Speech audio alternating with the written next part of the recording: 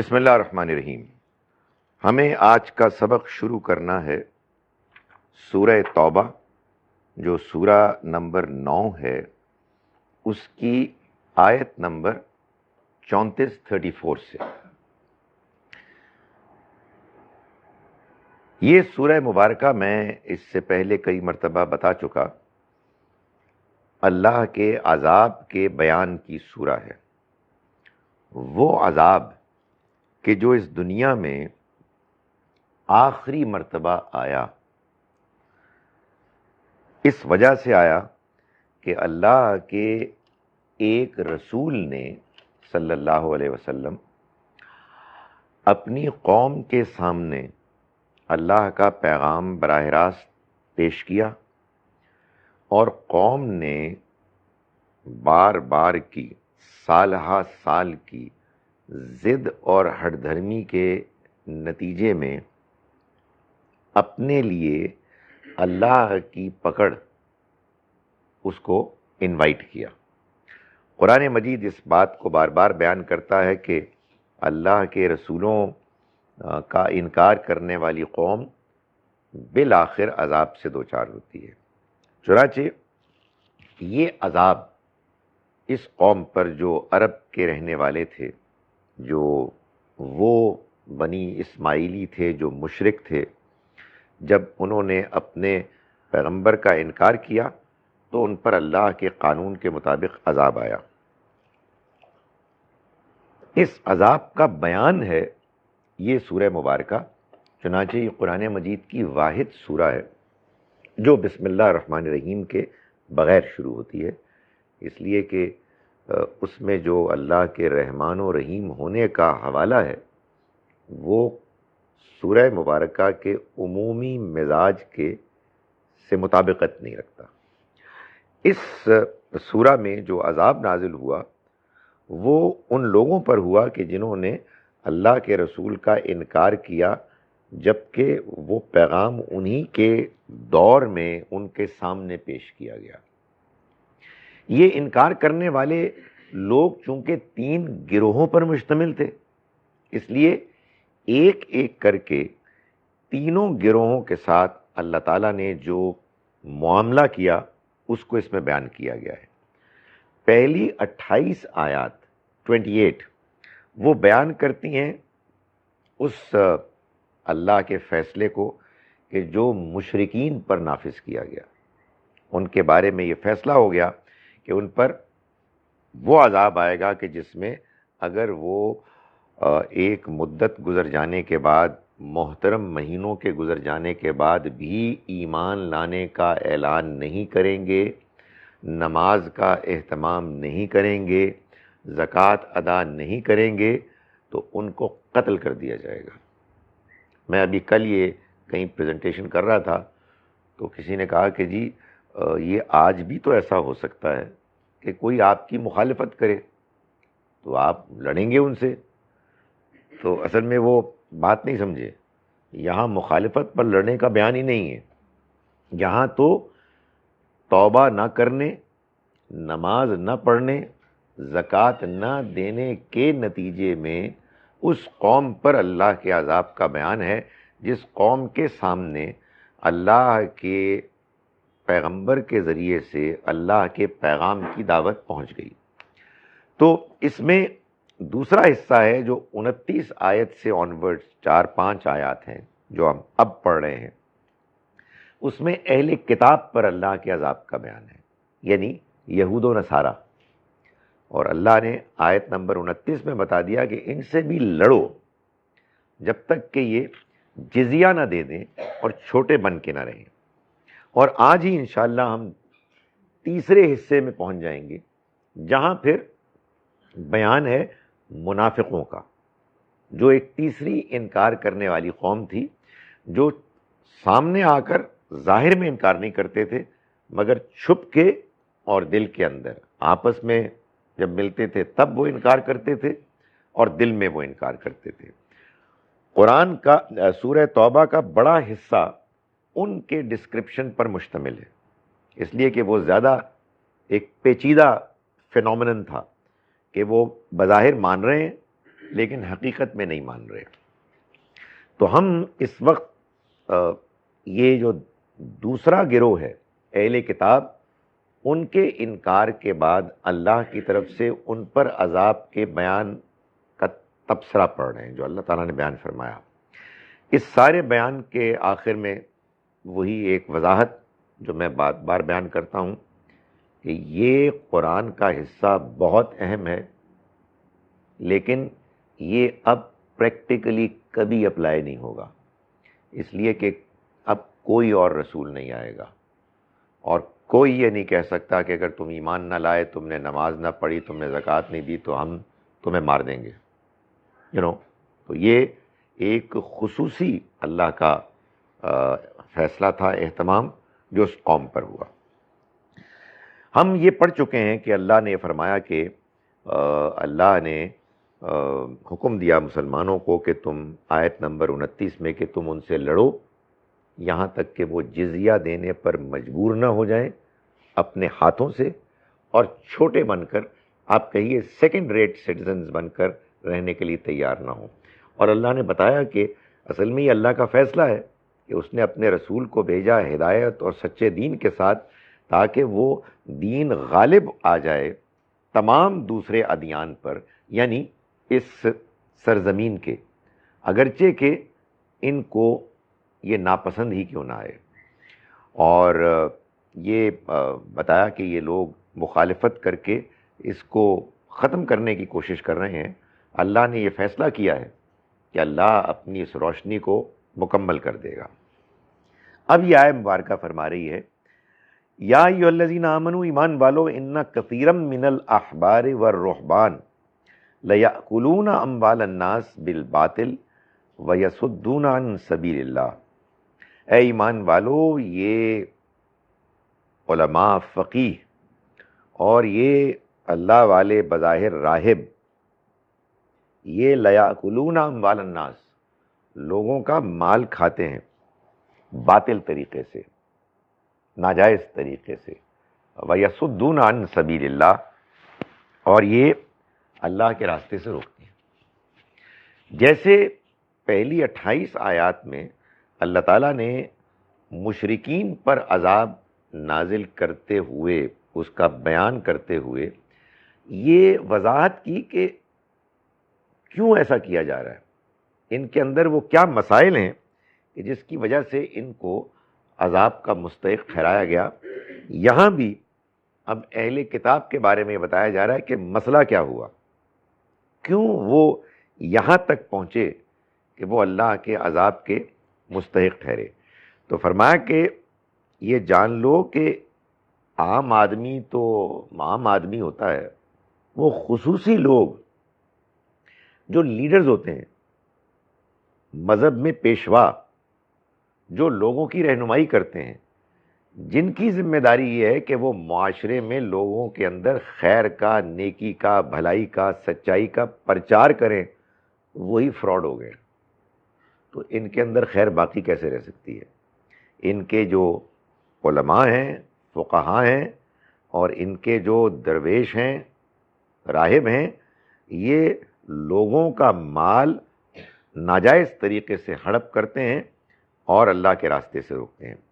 ان کے بارے میں پہلے بھی یہ بتا دیا گیا اہل کتاب کے بارے میں کہ انہوں نے جو جرائم کیے اللہ کے معاملے میں، یعنی اللہ کا دین آیا اس کو نہیں مانا، اس کے دین کو میں جو چیزیں حرام تھیں نہ ان کو حرام کیا، نہ جو حلال تھی نہ ان کو حلال کیا. تو اب ان کو سزا مل رہی ہے. اللہ کے معاملے میں ان کے جرائم وہ تھے، بندوں کے معاملے میں یہ جرائم جن کو کہ نمایاں کر کے بیان کر دیا کہ یہ حرکتیں کر رہے ہیں. ان کے بڑے، ان کے بزرگ، ان کے مذہبی لیڈرز جو علماء ہیں، جو ان کے آپ کہیے کہ صوفیاء ہیں یا اللہ والے ہیں، وہ یہ کام کر رہے ہیں. اور کیا کرتے ہیں؟ لوگوں کو اللہ کے راستے سے روکتے ہیں. یعنی اللہ کا پیغام آیا، اس پیغام کے بارے میں ان کی کتابوں میں پیشن گوئیاں موجود تھیں، ان کو معلوم تھا کہ یہ اللہ کا پیغام ہے، مگر بجائے اس کے کہ وہ ان کو بتاتے، وہ ان کو روکتے ہیں. خبردار تم نے یہ سنا، ان کے پاس بھی نہ جانا، کہیں گمراہ ہو جاؤ گے، اپنے ہی لوگوں کی بات ماننا، اپنے ہی فرقے کی بات سننا، کسی اور کی بات نہ سننا۔ تو یہ اللہ کے راستے سے روکنا ہے۔ بھئی بات یہ ہے کہ اگر آپ کو کسی کو صحیح بات بتانے کی توفیق نہیں ہوتی تو وہ بندہ اگر کسی اور کے پاس جا رہا ہے تو اس سے کیوں روک رہے ہیں آپ؟ وہ روکتے تھے۔ فرمایا کہ والذین یکنزون الذھب والفضہ، وہ لوگ کہ جو سونا اور چاندی کنز کرتے ہیں، یعنی ڈھیر کرتے ہیں، جمع کرتے ہیں، ولا ينفقونها فی سبیل اللہ، اور اس کو اللہ کے راستے میں خرچ نہیں کرتے، مال جمع کرتے ہیں ڈھیروں ڈھیر، سونا چاندی، اور اگر ان کے اس مال پر کوئی تقاضا آ جائے غریبوں کا، یتیموں کا، تو ان کو کوئی پرواہ نہیں ہوتی۔ فلا ينفقونها فی سبیل اللہ، فرمایا فبشرہم بعذاب علیم، تو آپ ان کو خوشخبری سنا دیجئے ایک دردناک عذاب کی، ایک ایسے عذاب کی کہ جو درد انگیز ہوگا۔ یوم یحمى علیہا فی نار جہنم، جس دن جہنم میں ان کے اس مال پر آگ دہکائی جائے گی، فَتُقْوَى بِهَا جِبَاهُهُمْ وَجُنُوبُهُمْ وَظُهُورُهُمْ، پھر ان کی پیشانیاں اور ان کے پہلو اور ان کی پیٹھیں اس سے داغی جائیں گی۔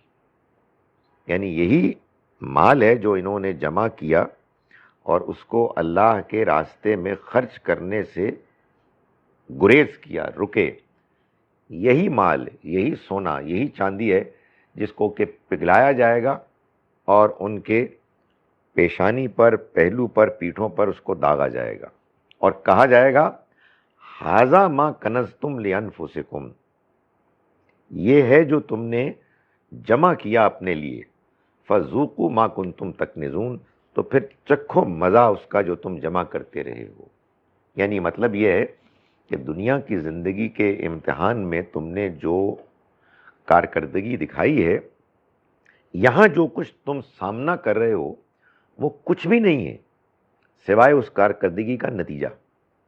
وہاں تم نے مال کی محبت میں اپنے آپ کو اتنا زیادہ مبتلا کر دیا کہ تمہیں یہ ہوش ہی نہیں رہا کہ تمہارے دائیں بائیں ضرورت مند ہیں جو خدا کی اسکیم کے مطابق تمہارے مال میں حقدار ہیں، تم نے اس کو جمع کرنے کو پسند کیا، تو اب تمہارے لیے یہاں اس کے سوا کوئی اور نتیجہ نہیں۔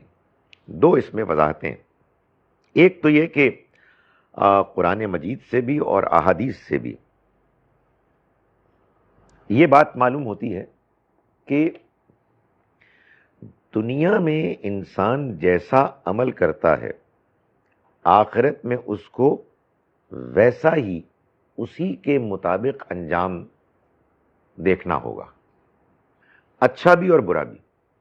جیسے آتا ہے نا حدیث میں کہ روزے داروں کو جنت میں غیر معمولی خوشبو ملے گی، یعنی صاف ستھرے لوگ ہوتے تھے، دانت مانت اپنے مانجتے تھے تاکہ ان کے منہ سے اچھی خوشبو آئے، بدبو نہ آئے، لیکن اللہ کی خاطر وہ بھوکے رہے اور ان کے منہ سے بھوک کی وجہ سے بو آئی اور انہوں نے اس کو جھیلا اللہ کے لیے، تو اللہ اس بو کی جگہ وہاں ان کو خوشبو دے گا۔ تو یہ اسی کا نتیجہ ہے۔ اسی طرح سے یہ مال انہوں نے جمع کیا دنیا میں، پتہ نہیں کیوں جمع کیا، اپنے آپ کو مطمئن کرنے کے لیے کہ اگلی نسل اور اس سے اگلی نسل اور اس سے اگلی نسل بھی ٹھیک رہے، اور وہ جو دائیں بائیں بیچارے مر رہے تھے ان کی پرواہ نہیں کی۔ تو یہی مال ہے جو ان کے لیے وبال جان بن جائے گا۔ اور یہ جو پیشانی پیٹھ ہے، دو ہی وجہ سے آدمی مال جمع کرتا ہے۔ ایک آدمی چودھری ہوتا ہے، مال لوگوں کے سامنے اس کا ایک ٹیکا ہوتا ہے، ٹھاٹ ہوتا ہے، تو یہ پیشانی اس کی ایک وہ ہے علامت، تو یہاں داغا جائے گا کہ ادھر تھا نا تمہارا وہ غرور، تو یہ لو. اور یا آدمی جمع کرتا ہے اپنے عیش آرام کے لیے، اس کی علامت ہے یہ پیچھے سپورٹ ہے، میں آرام سے لیٹا ہوا ٹھاٹ سے، تو ادھر بھی داغا جائے گا. دوسری بات یہ ہے کہ یہ بعض اوقات کیا ہوتا ہے، آپ قرآن کے یہ مقامات پڑھتے ہیں اور میری طرح کے مولوی صاحب جو خود تو شاید عمل نہ کریں، تقریر بات زوردار کرتے ہیں تو لوگ ڈر جاتے ہیں اور کہتے ہیں یہ مارے گئی، اب تو نہ کچھ جمع کرنا ہے نہ کچھ کرنا ہے. نہیں، قرآن نے مال کو خیر کہا ہے. یہ اصل میں یہ بتایا جا رہا ہے کہ ایک تو آپ کو اپنے مال میں لازماً زکوٰۃ دینی ہے، اور مزید زکوٰۃ کے علاوہ بھی اگر آپ کا مال آپ کے پاس ہے مناسب، آپ اپنے اوپر اپنے گھر والوں پر خرچ کر رہے ہیں اور اپنے مستقبل کے لیے بھی ایک مناسب آپ نے رقم رکھی ہوئی ہے، اس کے علاوہ جو کچھ بھی ہے، اگر آپ کے سامنے کوئی معاشرے کی اپیل آتی ہے، دو ہی اپیلز ہو سکتی ہیں، ایک لوگوں کی ضرورت اور ایک اللہ کے دین کا تقاضا، تو پھر اس کو اس پر خرچ کرنا چاہیے، نہ کہ مال کے بڑھنے کو ایک ٹارگٹ بنانا چاہیے. تو یہاں اصل میں ان لوگوں کی بات کی جا رہی ہے. اور معلوم ہوتا ہے کہ یہودیوں میں ان کے علماء اور ان کے مشائخ وغیرہ اسی چکر میں پھنس گئے کہ وہ مال کو سینتیں اور یہ سب کچھ کریں. اس کے نتیجے میں پھر آدمی حق پسند نہیں رہتا، پھر وہ مال پسند ہو جاتا ہے کہ جہاں مال ملے گا وہی بات کروں گا، آپ زیادہ مال دیں گے میں آپ کی بات کروں گا، آپ نے زیادہ آفر کی تو آپ کے حق میں گفتگو شروع ہوگی. سو پھر حق جو ہے اس کا کچومر نکل جاتا ہے. تو اللہ تعالیٰ نے یہاں یہ بتایا کہ جس مال کی خاطر تم نے اپنا رویہ ایک خاص قسم کا رکھا ہوا ہے، یہ مال جا کے تمہیں وہاں تمہارا وبال جان بن جائے گا، تمہارے پیچھے پڑ جائے گا. فرمایا ان عدت الشہور عند اللہ. یہ اب آپ سمجھیں کہ وہ جو اہل کتاب والا تھا نا بیان، وہ پورا ہوا اور ایک پیچھے کی بات دوبارہ شروع ہو گئی. پیچھے کی بات کیا تھی؟ مشرکین پر عذاب. مشرکین پر عذاب کے بیان میں اللہ تعالیٰ نے یہ واضح فرمایا تھا کہ محترم مہینوں میں لڑائی نہیں ہوگی، اللہ کا عذاب بھی نہیں نازل ہوگا. ایک اللہ کا قانون ہے، اس قانون میں بیان کیا گیا ہے کہ بھائی ذوالقعد، ذوالحج اور محرم، یہ تین جو لگاتار مہینے آتے ہیں یہ محترم ہیں، یہ حج کے مہینے ہیں. لوگ حج کے لیے آئیں گے، حج کریں گے، ذوالحج میں محرم میں واپس جائیں گے، تو اس میں لڑائی نہیں ہوگی.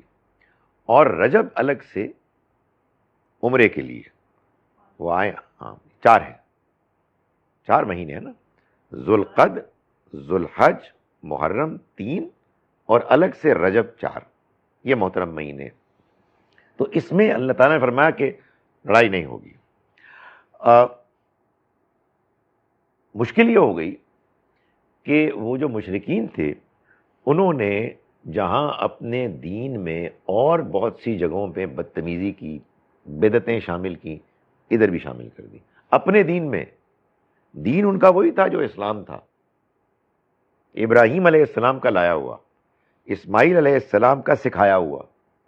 وہ بھی نماز پڑھتے تھے لیکن بت بھی رکھ دیے تھے، وہ بھی طواف کرتے تھے.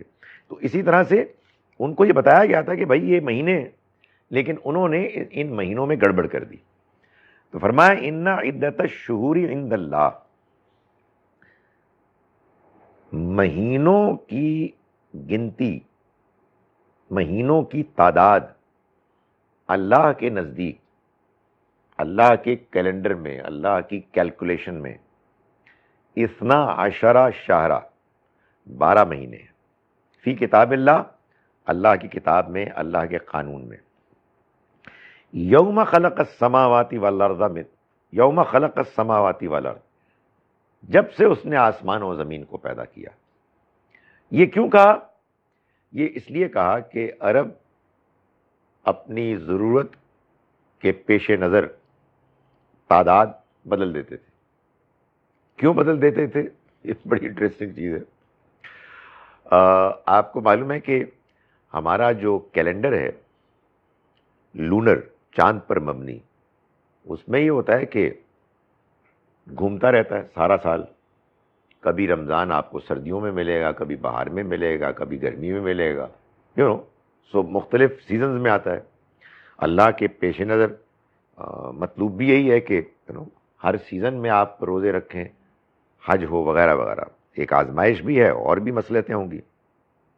اب یہ جو حج تھا یہ قریش کے لیے اصل ان کا اکانومی کو چلانے کا ذریعہ تھا. لوگ اسی میں آتے تھے. سڑی ہوئی گرمی میں اگر ہوگا حج تو لوگ بھی کم آئیں گے، بندہ رہے گا. تو انہوں نے یہ چکر چلایا، ایک 13واں مہینہ ڈال دیتے بیچ میں کبیسہ کے نام سے، تو سیزن وہیں رک جاتا. جو ان کا مطلوب سیزن ہے کوئی سردیوں کا یا باہر کا، وہ پھر وہیں ذوالحج پھنس جاتا. تو اللہ تعالیٰ نے فرمایا کہ یہ بدتمیزی ہے. مہینوں کی گنتی اللہ کے ہاں 12 مہینے ہیں اس کی کتاب میں.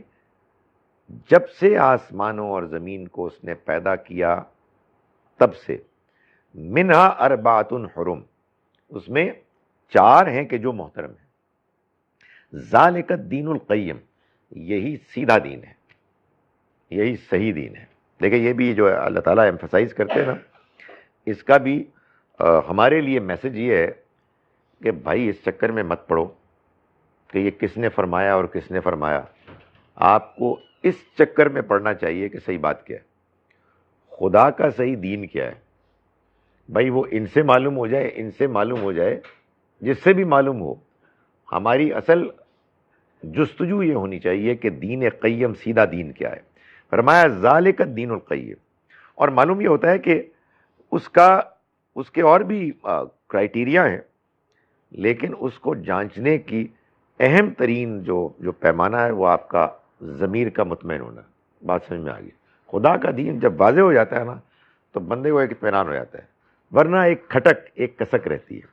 تو فرمایا یہ دین ہے سیدھا. فلا تظلموا فیہن انفسکم، فرمایا کہ ان میں اپنی جان پر کوئی ظلم نہ کرنا. کیا مطلب؟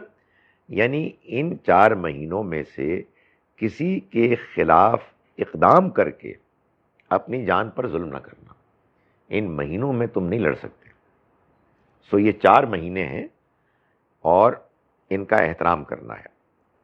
لیکن ادروائز قاتل المشرکین کافہ، لڑو ان مشرکوں سے سب کے ساتھ مل کر سب کے ساتھ. کما یقاتلون کافہ، جس طرح وہ سب مل کر تم سے لڑتے ہیں. یعنی یہ جو مشرک ہیں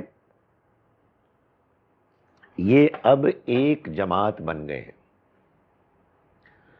جو ان میں نیوٹرل لوگ تھے وہ ادھر آ گئے. ایک عرصہ گزرا ہے نا، ایک عرصہ ایک کشمکش ہوئی جس میں لوگ ابھی اوپینینز فارم کر رہے تھے، کس کی بات مانیں کس کی نہ مانیں. ادھر بات ٹھیک لگتی ہے، ادھر ہمارے آباء و اجداد کا دین ہے، ٹریڈیشنز ہیں. خواہ ایک لگتا ہے ٹینشن پیدا ہو گئی ہے، کیا کریں. تو کچھ لوگ تھے وہ ذرا تھوڑے سے سلو تھے، وہ بھی شامل ہو گئے. اب 2 ہی گروہ رہ گئے، ایک مسلمان اور ایک یہ مشرک جو لڑ رہے تھے. تو فرمایا جیسے وہ تم سے سارے کے سارے لڑتے ہیں تم بھی لڑو ان سے سارے کے سارے. کیوں؟ اللہ کا عذاب ہے. اب یہ تم اس سے نہیں پیچھے قدم ہٹا سکتے. تم اللہ کے اس گروہ کا، جماعت کا حصہ ہو کہ جس کو اللہ نے یہ ذمہ داری سونپی ہے کہ تمہیں اس کی خاطر اس کے دشمنوں سے لڑنا ہے. وَاعْلَمُوا أَنَّ اللَّهَ مَعَ الْمُتَّقِينَ، اور جان لو کہ اللہ ان لوگوں کے ساتھ ہے کہ جو تقوی اختیار کرنے والے ہیں، یعنی اس کی حدود کو پامال کرنے سے بچنے والے ہیں، اس کی حدود کی خلاف ورزی سے اپنے آپ کو بچاتے ہیں. تو یہ بیان کرنے کے بعد فرمایا انما النسیء زیادۃ فی الکفر. یہ نسی یعنی مہینوں کا ہٹا دینا، زیادۃ فی الکفر، ان کے کفر ہی میں ایک اضافہ ہے.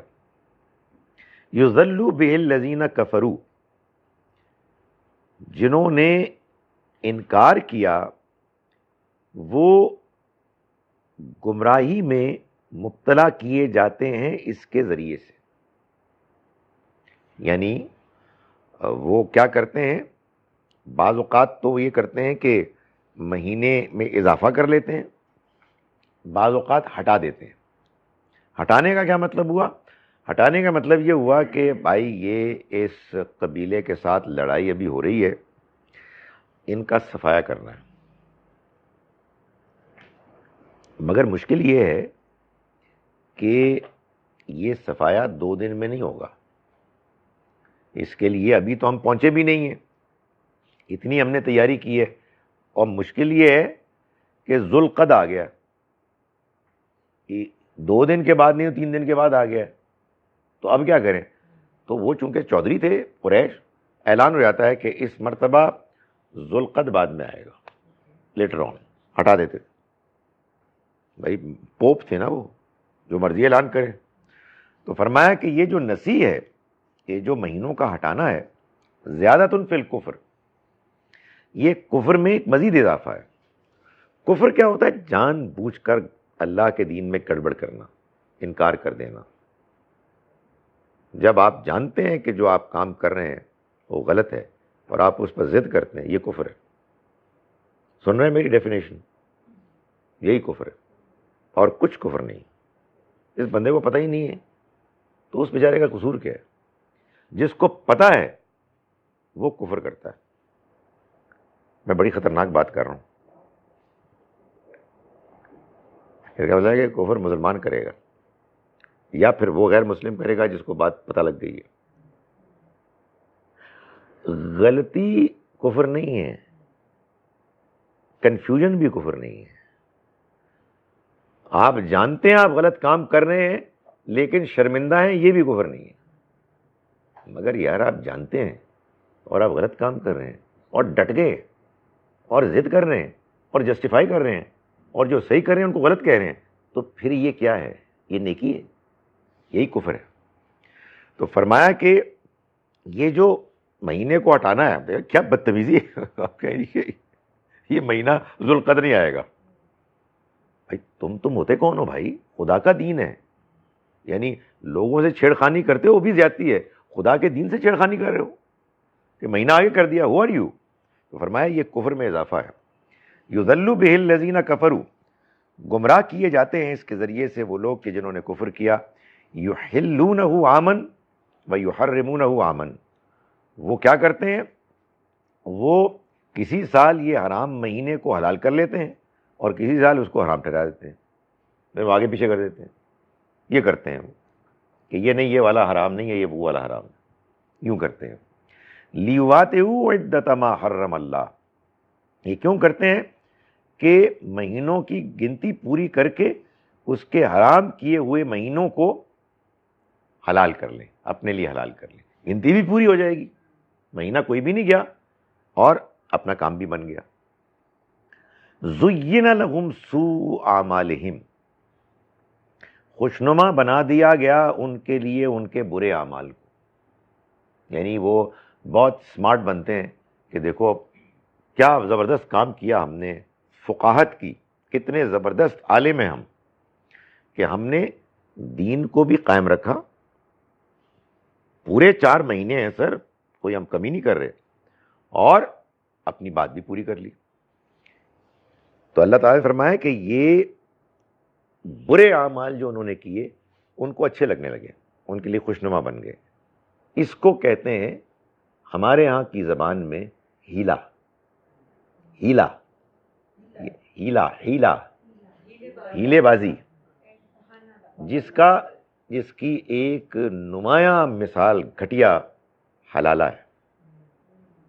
اللہ نے یہ شریعت میں بتایا کہ طلاق اگر دے دی کسی نے اپنی بیوی کو 2 مرتبہ طلاق، 1 مرتبہ دے کے رجوع کیا، پھر دوسری مرتبہ دے کے رجوع کیا، تو پھر تیسری مرتبہ وہ طلاق دے گا تو وہ بیوی اس کی بیوی اب نہیں بن سکتی، وہ رجوع نہیں کر سکتا اس سے، تا وقتے کہ وہ کسی اور سے شادی کرے اور وہ طلاق دے تو پھر ہو سکتا ہے۔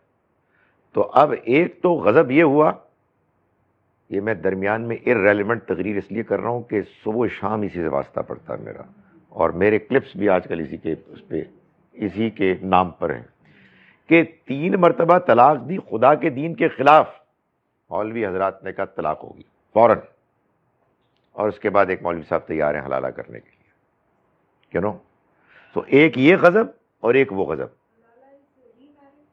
حلالہ یہ ہے کہ ایک بندہ اس ضرورت کو پورا کرنے کے لیے جو اللہ کے ہاں ہے کہ یہ دوبارہ شادی کر کے تو وہ طلاق دے، تو کہتے ہیں میں آپ کی خدمت کے لیے حاضر ہوں، میں ان سے آپ کی بیوی ایکس بیوی سے شادی کرتا ہوں اور یہ خدمت کر کے میں طلاق دیتا ہوں، 50,000 روپے ریٹ ہوتا ہے۔ ہاں کمانا ایسی، سو وہ جناب ایک بزنس ہے، آپ اپنی رائے پیش کر کے اس بزنس کو خراب کر رہے ہیں۔ سو میں یہ گزارش کر رہا ہوں کہ یہ کیا ہے؟ اچھا وہ کیا کہہ رہے ہیں؟ قرآن نے یہی تو کہا ہے، بھائی یہی تو کہا ہے کہ اس کی شادی ہو پھر اس کو طلاق ہو، اور بھائی وہ شادی ہوئی نہیں جس میں ایک مرد اور ایک عورت آپس میں مل کر زندگی بھر رہنے کے ارادے سے نکاح نہیں کرتے، وہ نکاح ہے ہی نہیں، وہ نکاح کیسے ہو سکتا ہے؟ ورنہ تو ان تمام لوگوں کو کوڑے اس لیے پڑنے چاہیے جو زنا کرتے ہیں کہ ان پاگلوں کو یہ پتہ نہیں ہے کہ وقتی طور پر زنا کیسے ہوتا ہے، 2-4 چیزیں پڑھ لیں اور وہ کام کر لیں۔ تو اصل میں یہ ہیلا ہے، سو یہی ہیلا ہے کہ جو یہ بھی کرتے تھے نسی کے نام پر۔ فرمایا کہ خوشنما بنا دیا گیا ان کے لیے ان کے اعمال کو، واللہ لا یہدی القوم الکافرین، اور اللہ ایسے کافروں کو ہدایت نہیں دیتا۔ یہ بات سمجھیں آپ؟ یعنی بھائی ہدایت اس کو ملے گی جس نے غلطی کی اور دل میں مان لیا کہ یار غلطی ہوئی ہے، کیا گھٹیا کام کیا میں نے، اللہ مجھے معاف کرے یار، دل میں کہا، چلو کسی کے سامنے نہیں کہا، انشاءاللہ اللہ ہدایت دے گا۔ جو بندہ غلطی کر کے اس کو جسٹیفائی کرتا ہے اور لوگوں کو چکر دیتا ہے اور اس پہ وہ باقاعدہ کہتا ہے جی کہ تو بالکل ٹھیک ہے، تو ایسوں کو ہدایت نہیں ملتی، اس لیے کہ انہوں نے اس اپنے اندر کے ضمیر کو سلا دیا۔ فرمایا یا ایھا الذین آمنوا، اے ایمان والو، ما لکم اذا قیل لکم انفروا فی سبیل اللہ اذ ثاقلتم الی الارض۔ یہ اب جناب تیسرا سیگمنٹ شروع ہو گیا، تیسرا حصہ کون سا؟ منافقین کا۔ پہلا بیان مشرکین، دوسرا بیان اہل کتاب، درمیان میں یہ نصیب وغیرہ والی آیات آئیں جو اصل میں وہی مشرکین کے اس سے متعلق تھیں، اور اب یہاں سے لے کر یعنی آیت نمبر 38 سے 38 سے لے کر ٹل دی ویری اینڈ یہ منافقین کے لیے بیان ہے۔ منافق ایک بڑی پیچیدہ مخلوق ہے، اس کی پیچیدگی کا یہ معاملہ ہے کہ وہ مسلمان ہوتے ہیں، کلمہ پڑھتے تھے، نماز پڑھتے تھے اگر ضرورت پیش آ جائے، مگر وہ دل میں اور اپنی پرائیویٹ گفتگو میں بٹوین امنگسٹ منافق اور جیوز کے ساتھ وہ اس کو مانتے تھے کہ یار ہم نہیں مانتے، وہ اس کا اعلان کرتے تھے۔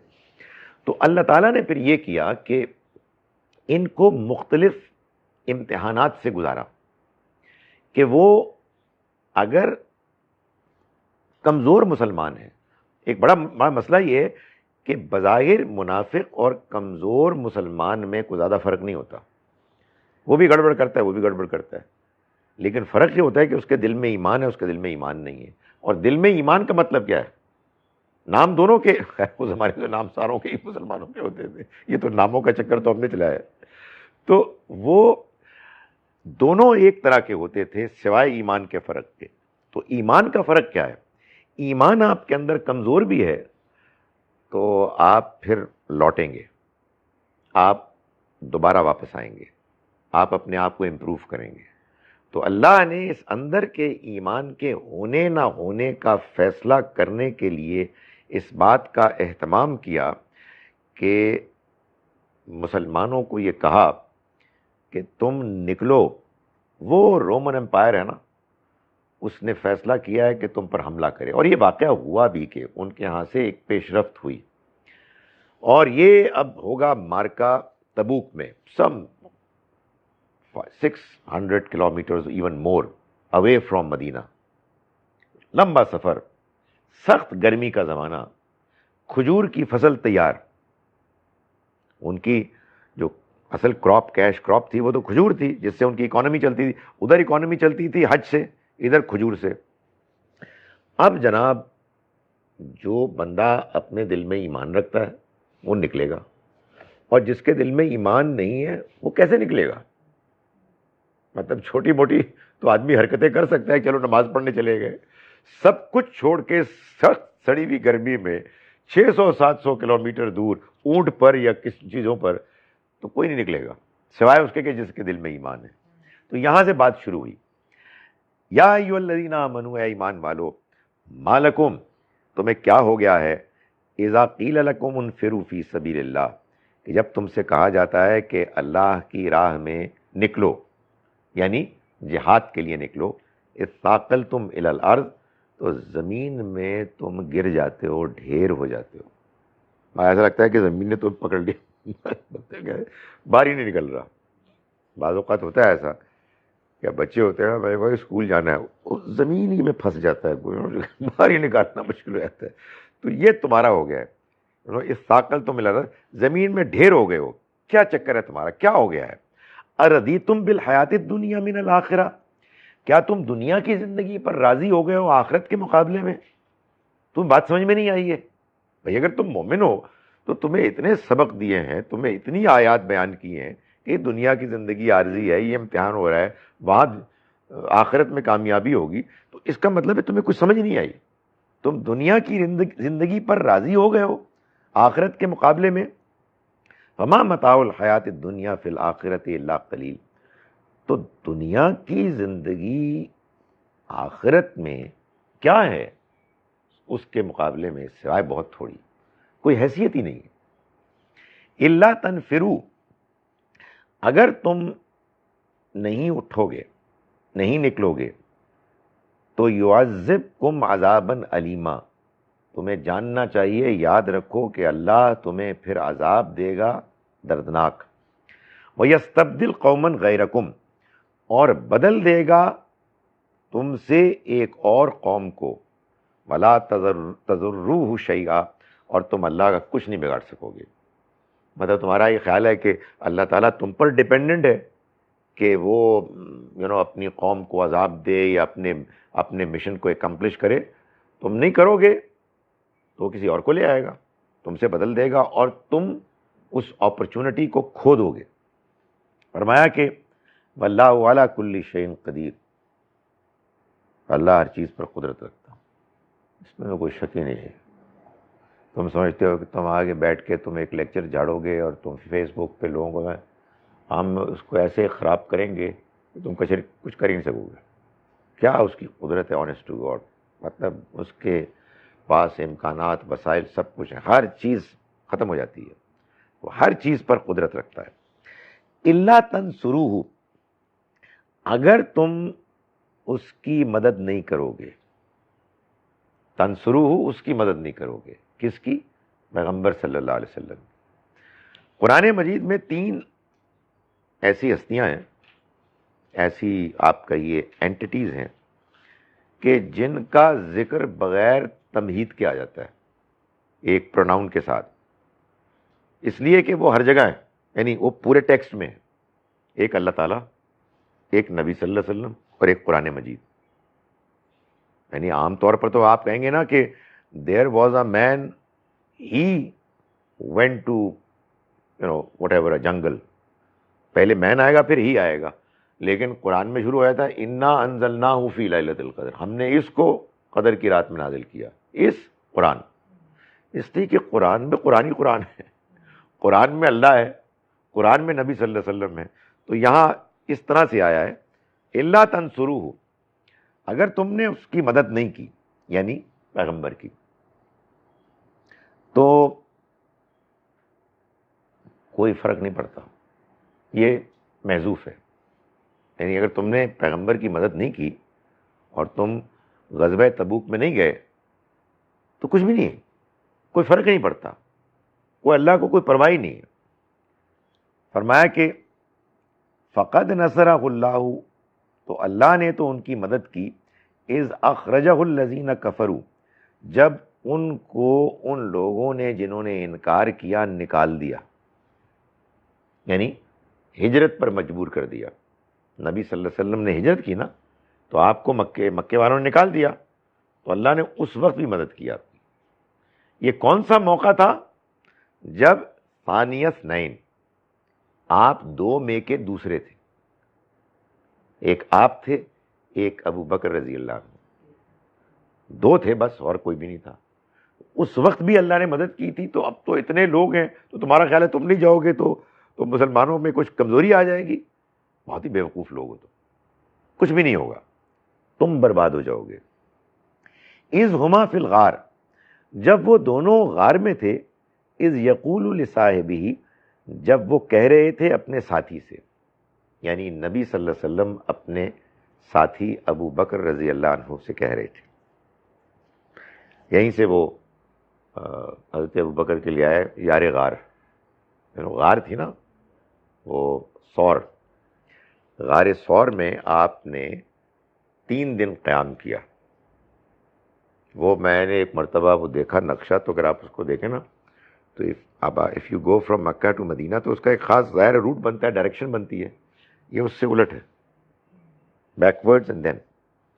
تو 3 دن کہتے ہیں وہاں رہے، اور اس دوران میں مکے والوں نے پیچھا کروایا، اور کچھ لوگ قریب آ گئے، ان کی آوازیں بھی آ رہی تھیں.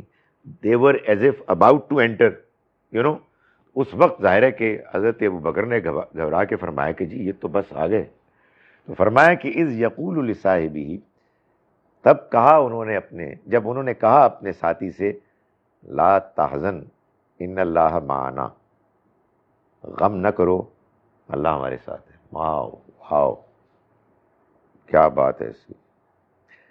وہ کہا نا، وہ سورہ طٰہٰ میں اللہ تعالیٰ نے موسیٰ اور ہارون علیہ السلام کو کہ تم جاؤ فرعون کے پاس، بڑا سرکش ہو گیا. تو انہوں نے کہا جی کہ اللہ میاں وہ بڑا ہی ظالم آدمی ہے، ایسا نہ ہو کہ ہم جائیں اور وہ ہم سے زیادتی کرے. تو اللہ تعالیٰ نے فرمایا کہ اذهبا الی فرعون، جاؤ فرعون کے پاس، میں اسمع و ارا، میں سنتا بھی ہوں اور دیکھتا بھی ہوں. سو کیا تمہیں کیا problem? I will be there, I will take care. So یہاں بھی نبی صلی اللہ علیہ وسلم نے یہ فرمایا کہ دیکھو غم کرنے کی کوئی ضرورت نہیں، اللہ ہمارے ساتھ ہے، اس لیے کچھ نہیں ہوگا. کمال ہے یار، کمال ہے. اللہ تعالیٰ ہمیں بھی ایسا ایمان دے. فانزل اللہ سکینتہ علیہ، تو نازل کیا اللہ نے اپنی سکینت کو، اپنے اطمینان کو ان کے اوپر. وَأَيَّدَهُ بِجُنُودٍ، اور مدد کی اس نے ان کی، تائید کی ان کی ایک ایسے لشکر سے، لم تروہا، جس کو تم نہیں دیکھ سکتے. وَجَعَلَ كَلِمَةَ الَّذِينَ كَفَرُوا السُّفْلَىٰ، اور اس نے ان لوگوں کی بات کو جنہوں نے انکار کیا نیچی کر دیا، نیچی کر دکھایا. وَكَلِمَةُ اللَّهِ هِيَ الْعُلْيَا، اور اللہ ہی کی بات اونچی رہی. وَاللَّهُ عَزِيزٌ حکیم، اور اللہ زبردست ہے، حکمت والا ہے. یہیں تک کرتے ہیں جی، اس کا میں ترجمہ اب کر رہا ہوں. ہم نے آج کا سبق شروع کیا تھا آیت نمبر 34 سے، 34 سے. اعوذ باللہ من الشیطان الرجیم، بسم اللہ الرحمن الرحیم. یا ایھا الذین آمنوا، ایمان والو، ان کثیرا من الاحبار والرہبان، بہت سے فقہا اور درویش، راہب، لَيَأْكُلُونَ أَمْوَالَ النَّاسِ، یہ کھاتے ہیں لوگوں کا مال بالباطل، باطل طریقے سے، وَيَصُدُّونَ عَن سَبِيلِ اللَّهِ، اور اللہ کے راستے سے روکتے ہیں۔ وَالَّذِينَ يَكْنِزُونَ الذَّهَبَ وَالْفِضَّةَ، اور وہ لوگ کہ جو جمع کرتے ہیں، ڈھیر کرتے ہیں سونے اور چاندی کا، وَلَا يُنْفِقُونَهَا فِي سَبِيلِ اللَّهِ، اور اس کو اللہ کے راستے میں خرچ نہیں کرتے، فَبَشِّرْهُمْ بِعَذَابٍ أَلِيمٍ، تو ان کو ایک دردناک عذاب کی خوشخبری سنا دیجیے۔ یوم یحمى علیہا فی نار جہنم، جس دن جہنم میں اس مال پر آگ دہکائی جائے گی، فَتُقْوَى بِهَا جِبَاهُهُمْ وَجُنُوبُهُمْ وَظُهُورُهُمْ، پھر داغی جائیں گی ان کی پیشانیاں، ان کے پہلو اور ان کی پیٹھیں اس سے، ھذا ما کنزتم لانفسکم، اور ان سے کہا جائے گا کہ یہی ہے جس کو تم نے جمع کیا اپنے لیے، فذوقوا ما کنتم تکنزون، تو چکھو تم اس کا مزہ کہ جو تم نے مال جمع کیا، جو تم جمع کیا کرتے تھے۔ ان عدت الشہور عند اللہ، دیکھو مسلمانوں، یہ جو تم اب لڑو گے تو اس میں محترم مہینوں کا خیال رکھنا،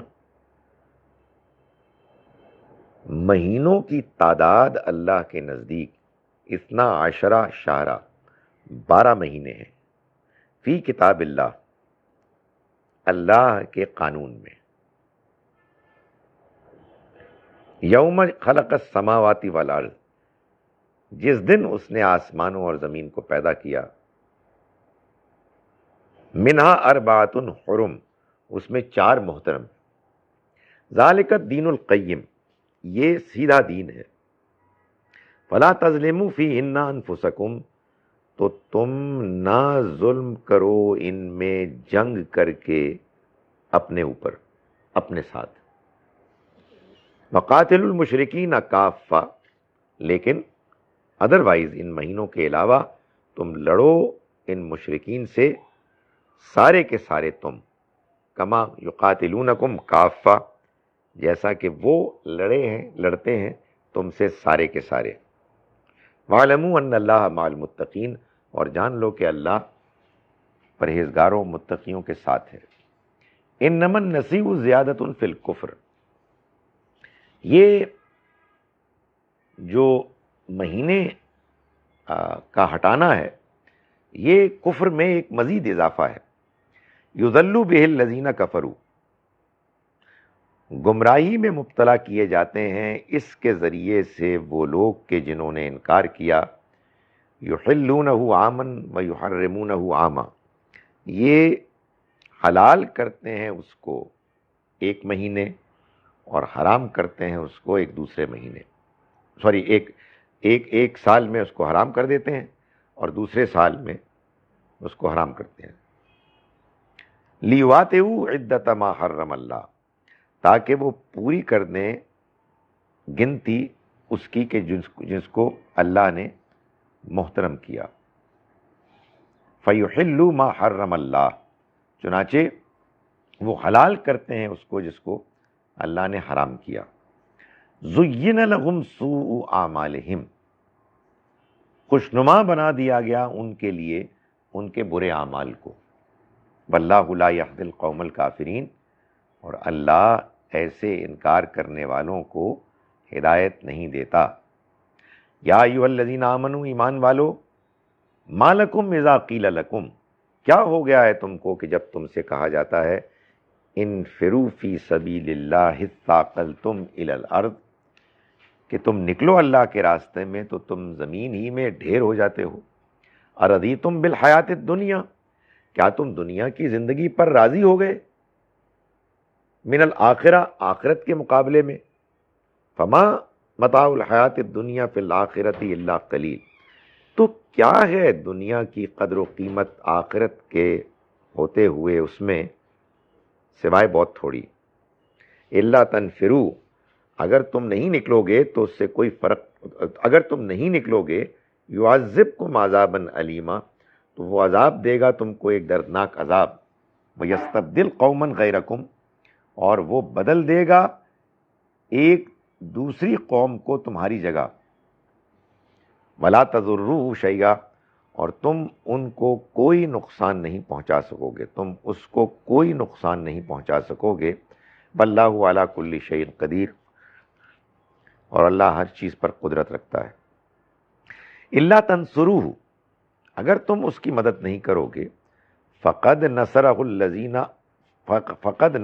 اللہ اذ اخرجہ الذین کفروا، تو اللہ نے مدد کی اس کی جب اس نے اس کو نکالا اس کو ان لوگوں نے جنہوں نے کفر کیا. یہ میں نے غالباً تنصروہ میں جو ہو کی وضاحت کی تھی یہ گڑبڑ کی تھی. اصل میں تو تنصروہ میں پہلا ہو تو اللہ ہی ہے، دوسرا ہو ہے جو نبی صلی اللہ علیہ وسلم. الا تنصروہ، اگر تم نے اس کی مدد نہیں کی، فقد نصرہ اللہ، تو مدد کی اس کی اللہ ہی نے. نہیں ٹھیک ہی کیا تھا، سوری میری غلطی نہیں تھی، ٹھیک ہی تھی.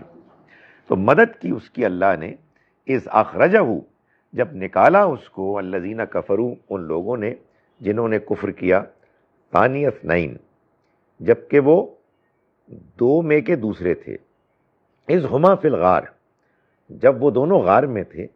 اذ یقول لصاحبہ، جب انہوں نے اپنے ساتھی کو کہا، ساتھی سے وہ کہہ رہے تھے، لا تحزن، غم مت کرو، ان اللہ معنا، اللہ ہمارے ساتھ ہے. فانزل اللہ سکینتہ علیہ، تو اللہ نے نازل کی سکینت، اطمینان اپنا اس کے اوپر. وَأَيَّدَهُ بِجُنُودٍ لَمْ تَرَوْهَا، اور تائید کی اس نے اس کی ایک ایسے لشکر کے کہ جس کو تم نہیں دیکھ سکتے تھے. وَجَعَلَ كَلِمَةَ الَّذِينَ كَفَرُوا السُّفْلَىٰ، اور اس نے کر دیا ان لوگوں کی بات کو کہ جنہوں نے انکار کیا نیچی. وَكَلِمَةُ اللَّهِ هِيَ الْعُلْيَا، اور اللہ ہی کی بات ہے کہ جو اونچی رہی. وَاللَّهُ عَزِيزٌ حکیم، اور اللہ زبردست ہے، حکمت والا ہے. اقول قولی ھذا واستغفر اللہ لي ولکم. اچھا جناب،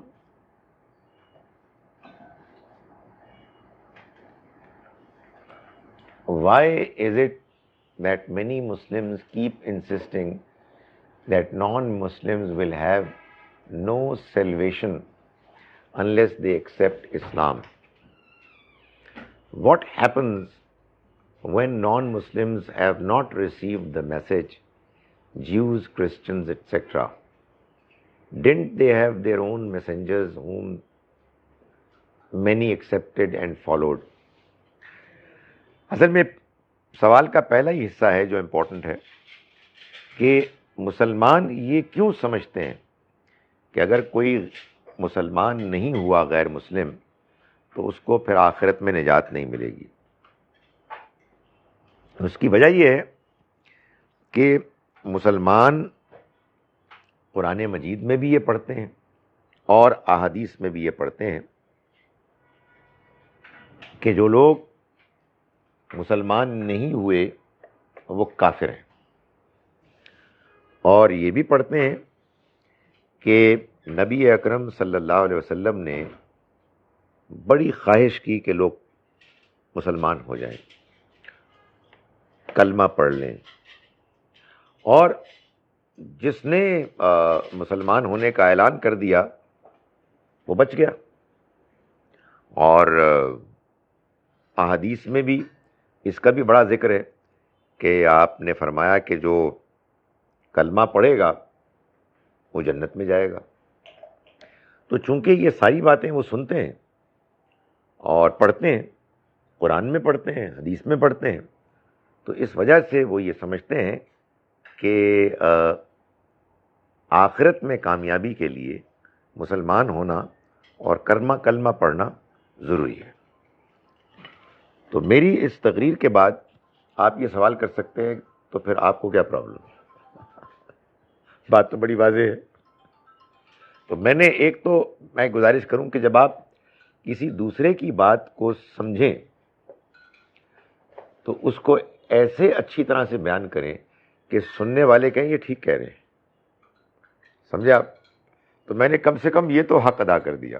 اب جواب چاہے میرا کتنا ہی پھسپھسا ہو، میں نے دوسروں کی بات آپ کے سامنے ایسے بیان کر دی کہ آپ کو یہ اطمینان ہو گیا کہ دوسرے ٹھیک بات کر رہے ہیں، بات تو میری غلط ہے. آپ مجھے کمال ہی، ابھی تو میں نے جواب دینا ہے، ابھی تو مجھے جواب دینا ہے.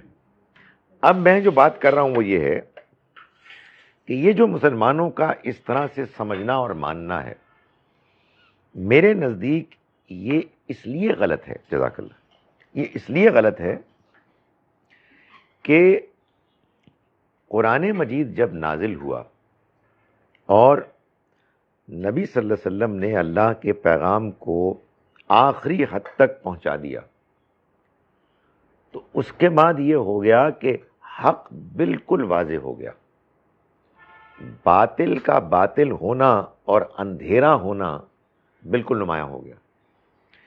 چنانچہ اس زمانے میں، اس ماحول موقع پر اگر کوئی نہیں مان رہا تھا تو وہ اصل میں ضد اور ہٹ دھرمی اور تکبر کی وجہ سے نہیں مان رہا تھا. ایسا نہیں تھا اس کو بات سمجھ میں نہیں آئی، صحیح بات تو واضح ہو گئی تھی، فوراً نہیں، اچانک نہیں، بہت سے لوگوں کے کیسز میں بہت ٹائم لگا، لیکن بہرحال بات واضح ہو گئی. چنانچہ اللہ تعالیٰ نے آخر میں یہ اعلان فرما دیا کہ جو ایمان لائے ہیں وہی نجات پائیں گے، جو نہیں لائے ان پر دنیا ہی میں عذاب آ جائے گا. اور ہم آج سورہ توبہ میں جو پڑھ رہے ہیں وہی پڑھ رہے ہیں. ہمارے مسلمانوں نے جو غلطی کی میرے خیال میں وہ یہ کی کہ انہوں نے اس حقیقت کو جنرلائز کر دیا اور یہ طے کر لیا کہ یہ قیامت تک ہی ایسا ہے کہ اب چونکہ اللہ کا پیغام آ گیا ہے تو اب جہاں کہیں بھی غیر مسلم ہے وہ خود تحقیق کرے، قرآن مجید کو ڈھونڈے اور اس میں پھر حق تلاش کرے اور کلمہ پڑھے. تو اب تو ان کے لیے سب کچھ موجود ہے. یہ جانے بغیر کہ بھائی بات یہ ہے کہ قرآن مجید کو ہم بھی پڑھنے کے لیے دیتے ہیں لوگوں کو، تو وہ کہتے ہیں یہ تو سمجھ ہی نہیں آ رہا، تو آپ کو سمجھانا پڑتا ہے. اور وہ پڑھیں کیوں؟ جب وہ دیکھیں کہ ہم تو جھوٹے ہیں، فراڈ ہیں. یعنی دنیا میں تو ہمارا حال یہ کہ سب سے پھسڈی ہے، اور اس لیے نہیں پھسڈی کہ ہم بڑے متقی پرہیزگار ہیں اور ہم نے اتنا تقویٰ طاری کیا ہوا ہے کہ نہیں ہمیں دنیا کی کوئی پرواہ نہیں ہے. نہیں، ہم پوری دنیا چاہتے ہیں اور اس کے باوجود ہم نکمے ہیں. تو اگر کوئی غیر مسلم یہ سمجھیں جی کہ ان کے پاس کوئی سچائی نہیں ہو سکتی تو وہ کیسے کافر ہیں؟ تو اصل میں جو گڑبڑ ہوئی ہے وہ یہ ہوئی ہے کہ لوگوں نے نبی صلی اللہ علیہ وسلم کے زمانے کے حالات اور آپ کے زمانے کا جو ایک ماحول تھا اس پر قیاس کیا، امیجن کیا کہ یہ قیامت تک اب ایسے ہی ہے. میں ایک ناچیز ایک طالب علم یہ کہہ رہا ہوں کہ ایسا ہرگز نہیں ہے. اصل بات کیا ہے؟ اصل بات یہ ہے کہ اگر میں مذہبی اصطلاحات سے ہٹ کر سیدھی سی بات کروں تو یہ ہے کہ آخرت میں ہر سچا انسان کامیاب ہوگا، ہر جھوٹا انسان ناکام ہوگا، ہر با اخلاق انسان کامیاب ہوگا، ہر بد اخلاق انسان ناکام ہوگا. پیغمبر کے آنے کے بعد ان کے زمانے میں تمام سچے با اخلاق انسان ان کے ساتھی بن جاتے تھے، ایمان لے آتے تھے، اور تمام جھوٹے بد اخلاق لوگ ایمان سے محروم رہتے تھے. تو ہمیں یہ دعوت دینی چاہیے اور اللہ کے دین کو سمجھنا بھی چاہیے، اس پر عمل بھی کرنا چاہیے، اس کو سمجھانا بھی چاہیے. نہیں ایسے نہیں، آپ کو معلوم نہیں، نہ پلیز. ہم اچھا صورتیں کون سی پڑھیں گی؟ اوکے، یہ بتائیے. ہم نے دوسری مرتبہ ریپیٹ کیا یہ. تو کیا ہم اس کے لیے تیار نہیں ہیں کہ ہم مثال کے طور پر اور پیچھے چلے جائیں اور ہم یہ عزم بھی کریں کہ ہم عما یتساءلون سے شروع کرتے ہیں سورہ نبا, اور جتنی پڑھیں اتنی یاد بھی کر لیں, کیونکہ یہ تو ہم نے یاد کی بھی ہے نا الحمدللہ, تو وہ بھی پڑھیں گے اور یاد کریں گے. تو یہ ہوگی سورہ نمبر 78, رائٹ, 78 سے سورہ نبا. چونکہ آپ کو معلوم ہے کہ مجھے ایک خاص کانسیپٹ سے الرجی ہے, میں اس کا جان بوجھ کے نام نہیں لے رہا, لیکن اب اس تبصرے کے بعد میں نام لے لیتا ہوں. آپ لوگوں کی, میری نہیں, آپ لوگوں کی تقسیم کے مطابق آخری پارے کی پہلی سورہ, کیونکہ پارا تو میں نہیں مانتا, لیکن بہرحال وہ اس کی پہلی سورہ جو ہے اما یتساءلون. نہیں, پھر تو آگے جائیں گے نا جہاں تک ہم نے کیا ہے, اس میں ابھی آپ کو ایسے کرتے ہیں. 78 ہے, وہ 78 ہے انشاءاللہ. اچھا جناب, اس کا مطلب تو یہ ہوا کہ اگر قرآن کو سمجھنے والوں کی ڈیوٹی ہے کہ وہ نان مسلمز کو دعوت دیں, وہ اس طرح کے موقعوں پر گورے کا ایک سٹائل مجھے پسند ہے, یس اینڈ نو. یعنی آپ کی بات ٹھیک بھی ہے اور نہیں بھی ہے. ٹھیک اس طرح سے ہے کہ ہاں ہم مسلمانوں ہی کو, غیر مسلموں کو قرآن کی دعوت دینی ہے, اور کون دے گا, فرشتے تو نہیں آئیں گے. کیسے دینی ہے؟ اپنے کردار سے, اپنے رویے سے, اور جو اگر مل گیا اس کو قرآن مجید دے دیں آپ, وہ پڑھ لے گا. کوئی سوال پوچھے آپ خود جواب دے دیں, جو جاننے والے ہیں ان سے پوچھ کے جواب دے دیں. تو نو کیسے؟ نو ایسے ہے کہ یہ نہ سمجھیں کہ آپ کی ذمہ داری ہے تو آپ قرآن کا ترجمہ پکڑیں اور جا کے تقریر کریں. نہیں, اس میں تو خود ہو سکتا ہے گڑبڑ کریں آپ. اس کے لیے ظاہر ہے کہ وقت لگانا ہوتا ہے, سمجھنا ہوتا ہے, تاکہ اگر آپ کسی سے بات کر رہے ہیں تو آپ اس کو بات سمجھا سکیں. تو ہم مسلمانوں میں کیا کرنا ہے؟ خدا تعالیٰ نے اپنا جو پیغام ہے اس کو پہنچانے کا جو طریقہ اختیار کیا, وہ طریقہ یہ تھا کہ اس نے اپنے پیغمبروں کا انتخاب کیا.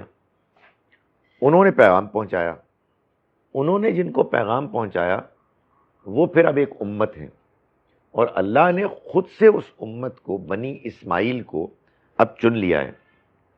بنی اسماعیل اصل میں تو یہ عرب لوگ ہیں, یعنی ان میں ہے بنی اسماعیل, اور اصلاً ان کی ذمہ داری ہے, مگر ہم بھی ان کی ٹیم میں شامل ہیں.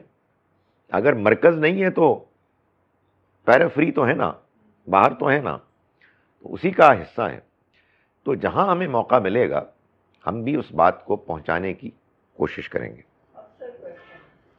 آئیے, اب تو مجبوری ہے.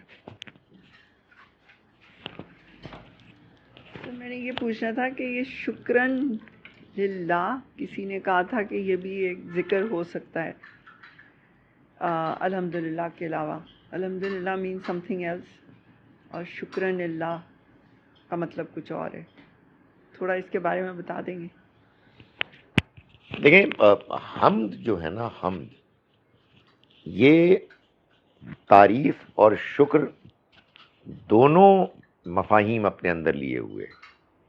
یوں کہیے کہ حمد وہ تعریف ہے کہ جو ہم کرتے ہیں ان پہلوؤں سے کہ جن میں ہم کو کوئی فائدہ پہنچ رہا ہے. تو شکر تو اس میں بھی ہے. اس کی بڑی مثالیں ہیں. مثال کے طور پر قرآن مجید میں بھی ہیں. الحمدللہ الذی وہب لی علی الکبر اسماعیل و اسحاق. تمام شکر ہے اس کے لیے, یعنی تعریف کا پہلو بھی ہو سکتا ہے, لیکن شکر ہے جس نے مجھے, ابراہیم علیہ السلام فرما رہے, مجھے میرے بڑھاپے میں اسماعیل اور اسحاق دیے. الحمدللہ الذی اطعمنی و سقانی و جعلنی من المسلمین. تمام شکر ہے اس کا جس نے ہمیں کھلایا، ہمیں پلایا اور مسلمانوں میں بنایا. لیکن شکرن للہ بھی کہنے میں کوئی حرج نہیں. یہ بھی ایک طریقہ ہے اللہ کا شکر ادا کرنا. اس میں اگر آپ عربی کے لحاظ سے دیکھیں جو بات مجھے سمجھ میں آتی ہے، پھر اس کا مطلب ہوگا ایک ورب کو آپ امپلائیڈ مانیں گے کہ میں شکر ادا کرتا ہوں اللہ کا بہت. یہ میں شکر ادا کرتا ہوں یہ اس میں موجود ہے، اور میں شکر ادا کرتا ہوں بہت اللہ کا. سو فائن، یہ بھی ٹھیک ہے، ایسا بھی ہو سکتا ہے. شکرن للہ، بالکل ٹھیک ہے جی. سر منافق یا منافقت کی ایگزیکٹ ڈیفینیشن کیا ہے؟ اور ہم عام زندگی میں اگر اس کو اپلائی کرنا چاہیں، جیسے ہم کچھ لوگوں کے ساتھ ہمارے کچھ ڈفرینسز ہوتے ہیں اور ہمیں ان کی باتیں اچھی نہیں لگ رہی ہوتی، لیکن ہم ان کے سامنے اظہار نہیں کرتے کہ ہم آپ کے ساتھ اتنا زیادہ اختلاف رکھتے ہیں، اور ہم خاموشی اختیار کر لیتے ہیں. اور لیکن یہ کہ اس کے سامنے ہم ایسے ہی کرتے ہیں پورٹری کہ نہیں ہم ٹھیک ہی ہیں، ہم آپ کو ٹھیک ہی سمجھ رہے ہیں، تو کیا یہ منافقت ہوگی؟ دیکھیے جی، 3 بڑے بڑے مجرم ہیں جو قرآن مجید میں بیان ہوئے ہیں. گولا ہوگا، دیکھیں کہیں گر تو نہیں گیا. اور بڑا گول سا اس کے ساتھ بڑی نخرے والی چیز ہوتی ہے، اوپر پڑی ہوئی ہوتی ہے. تو وہ نیچے، تو وہ 3 کیا ہے؟ ایک مشرک، ایک کافر، جزاک اللہ، اور ایک منافق. ایکچولی تو مشرک اور منافق دونوں کافر ہی ہوتے ہیں، لیکن میں ان تینوں کے بارے میں اب آپ کو بتاتا ہوں. مشرک وہ ہے کہ جو شرک کرتا ہے اور شرک کو اون کرتا ہے. وہ کہتا ہے کہ میں ٹھیک کر رہا ہوں، یہی دین ہے. آپ کسی اور کو اس کے سوا مشرک نہیں کہہ سکتے. لیکن لوگ شرک بھی کرتے ہیں، مشرک ہوئے بغیر شرک بھی کرتے ہیں. تو ہم یہ کہیں گے دیکھو شرک کرنا بہت غلط کام ہے، اللہ کے ہاں بہت پکڑ ہے اس کی. ہم ان کو مشرک نہیں کہیں گے، یہ کہیں گے یہ شرک کر رہے ہیں، اور شرک ہر حال میں اوائڈ کرنا چاہیے. اسی طرح سے ایک وہ ہے کہ جس نے اللہ کے دین کا اس کو سمجھنے کے بعد انکار کر دیا، تو کافر ہے. وہ ہم انہی کو کہہ سکتے ہیں کہ جن کا ذکر قرآن میں ہے. باقیوں کے بارے میں تو ہم جانتے ہی نہیں ہیں کہ ان کو بات صحیح طرح سے پہنچی ہے یا نہیں پہنچی. لیکن ہم ایک دوسرے کو کہیں گے کہ دیکھیں یار کفر کرنے سے بچیں. اور کفر کیا ہے کہ خدا کے دین کی بات آپ کو سمجھ میں آ گئی ہے لیکن آپ ماننے کے لیے تیار نہیں، تو اس کو اوائڈ کریں. بالکل اسی طرح سے منافق وہ شخص تھا، ابھی بھی ہو سکتا ہے، لیکن اس زمانے میں تھا جو اصل میں اندر سے کافر تھا، لیکن ظاہری طور پر وہ مسلمان بنا ہوا تھا. تو اس کا ایک کردار بن گیا کہ وہ جو بات کہتا تھا وہ اندر دل میں نہیں ہوتی تھی. یعنی وہ کہتا یہ تھا وہ مسلمان ہے، وہ ظاہری طور پر نماز پڑھتا تھا، لیکن نہ وہ اندر سے مسلمان تھا، نہ نماز کے بارے میں وہ کنونس تھا. تو یہ ہے اصل میں منافق.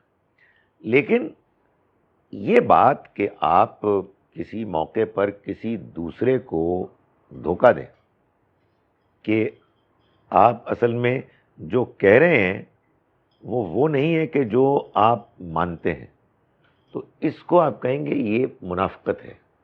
منافق نہیں ہے بندہ، منافقت کو اوائڈ کرنا چاہیے. ہاؤیور سوال آپ نے کیا ہے اس میں اس کا امکان ہے کہ آپ منافقت نہیں کر رہے، آپ حکمت سے کام لے رہے ہیں. بھائی بات یہ ہے کہ اللہ تعالیٰ کا ہم سے یہ تقاضا نہیں ہے کہ سارا وقت ہم سارے لوگوں کے سامنے جو باتیں ہم سچی سمجھتے ہیں ان کو بیان کر دیں.